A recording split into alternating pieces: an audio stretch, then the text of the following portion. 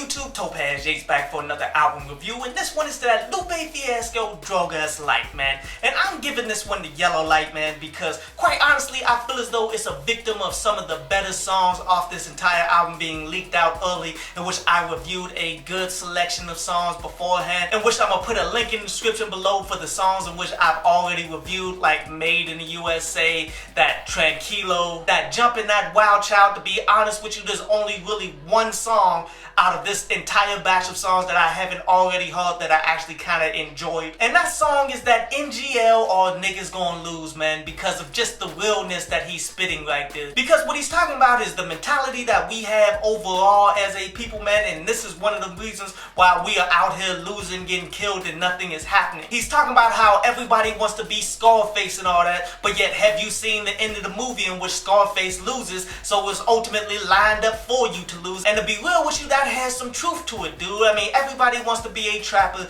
everybody wants to do all of this, man, but yet the whole system is designed and put in place for individuals who are doing this. That's really why a lot of the OGs got up out of the drug game and all that, man, because it started not being worth it because of the amount of years that they're going to put to your sentences for dealing these drugs. I mean, there is nothing wrong with you becoming one of one, doing things that you want to do and not doing whatever is promoted to you. Everybody's going to promote these particular things towards you, like selling drugs and trying to get this money and buying everything that everybody is selling you and such, man. But yet, that doesn't mean that it's smart for you to do so. If we're going to win as individuals and as an overall group of people, man, then we need to all think on our own terms, build up our own funds, and do things for our own communities, dude. And then you apply that concept to some excellent production, man, and overall solid song right there. But even as the rest of these songs really weren't that strong, man, I definitely did enjoy the lyrical depth on the things that he's definitely talking about on these, man. So let's go ahead and jump into them, in which one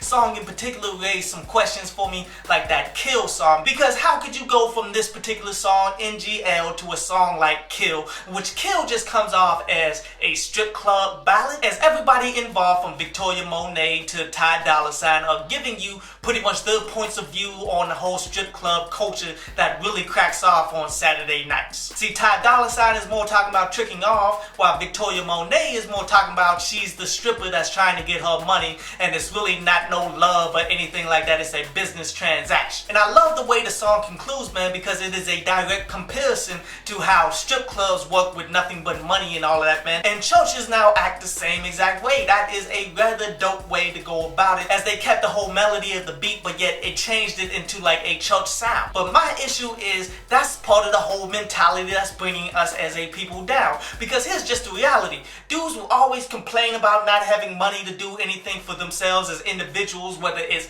buy beats from somebody trying to get something for cheap, or donating money to charitable causes, like donating money to Flint, Michigan, because they still ain't got water and stuff out there, dude. Like, dudes love to complain about not having money for all of this, but yet they're always in a strip club. They always got something to smoke. They always drinking and such, man. So how could you do that? So this whole Kill song fits into the mentality of what people need to get over in order for us to overcome. Now let's talk about that song Law or Love Always, because this was a very interesting thing, man. What he did for the most part here is draw a bunch of comparisons, do a bunch of metaphors to love. Like how he's comparing the 4th of July and the fireworks that go off to the sparks that you're supposed to see within a relationship. But yet my favorite metaphor that he made in this track was ultimately comparing relationships to business loans and transactions and stuff like that, because that has a lot of reality to it. Something that I've been telling people for a while, man, like love and relationships is all a business. See, you should never marry somebody just because you love them, you just want to be with them, no matter how down bad they are, nothing like that, man, because love has got to be a business. The only reason why you tie your name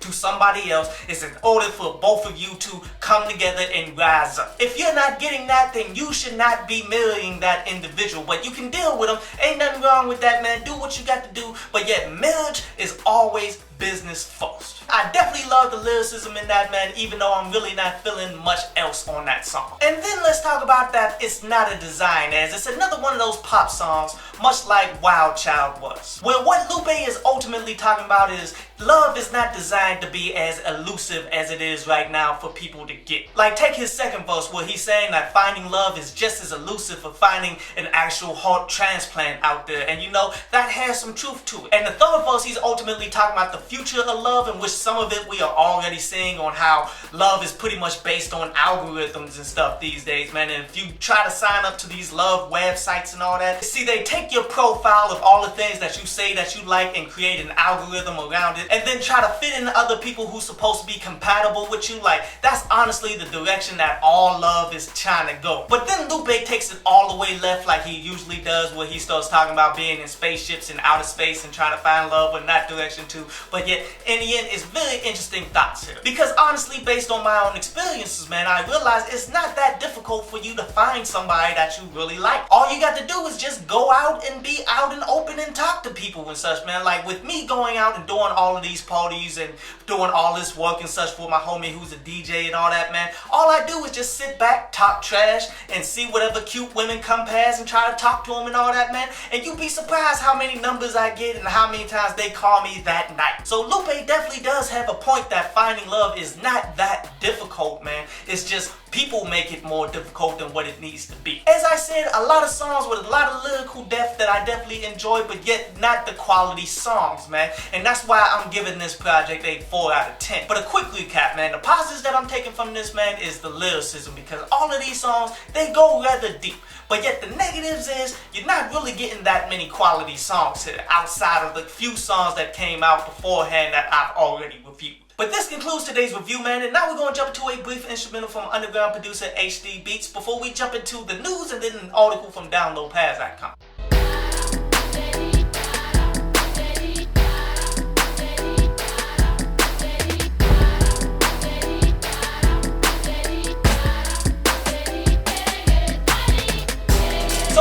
Heard of this controversy, man. There's like this music venue out there in Houston called Fitzgerald's, in which certain individuals tried to go ahead and get in there and get booked, but yet the emails that got returned to them were super racist and all that, dude. And the people who received those emails did what you're supposed to do and posted it online, and people were out there saying that they're boycotting this individual area, and that's all cool in the game, dude. People like that honestly do not deserve $1 from this industry. But anyway, on to today's article from DownloadPads.com, and today's article is about extorting rappers, because this is a thing, dude, that many people don't actually realize. Because a lot of these street rappers out here, they're not really street rappers, but yet a lot of them are now claiming gangs and all of that, dude. And the reason why they do that is because they're being extorted by these individual gangs. Because I believe the going rate, man, that they charging up these dudes for extortion is $30,000. And in order to justify that in their minds, they automatically believe, okay, we paid our way into being in this gang,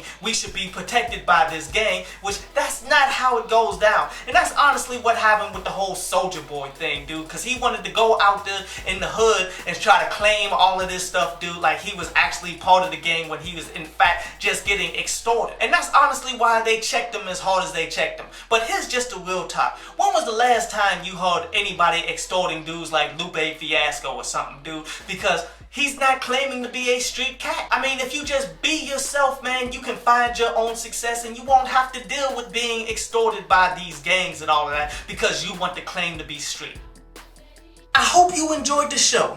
You can follow me at Twitter up there, and you can go to downloadpads.com, that's down there, to read today's article.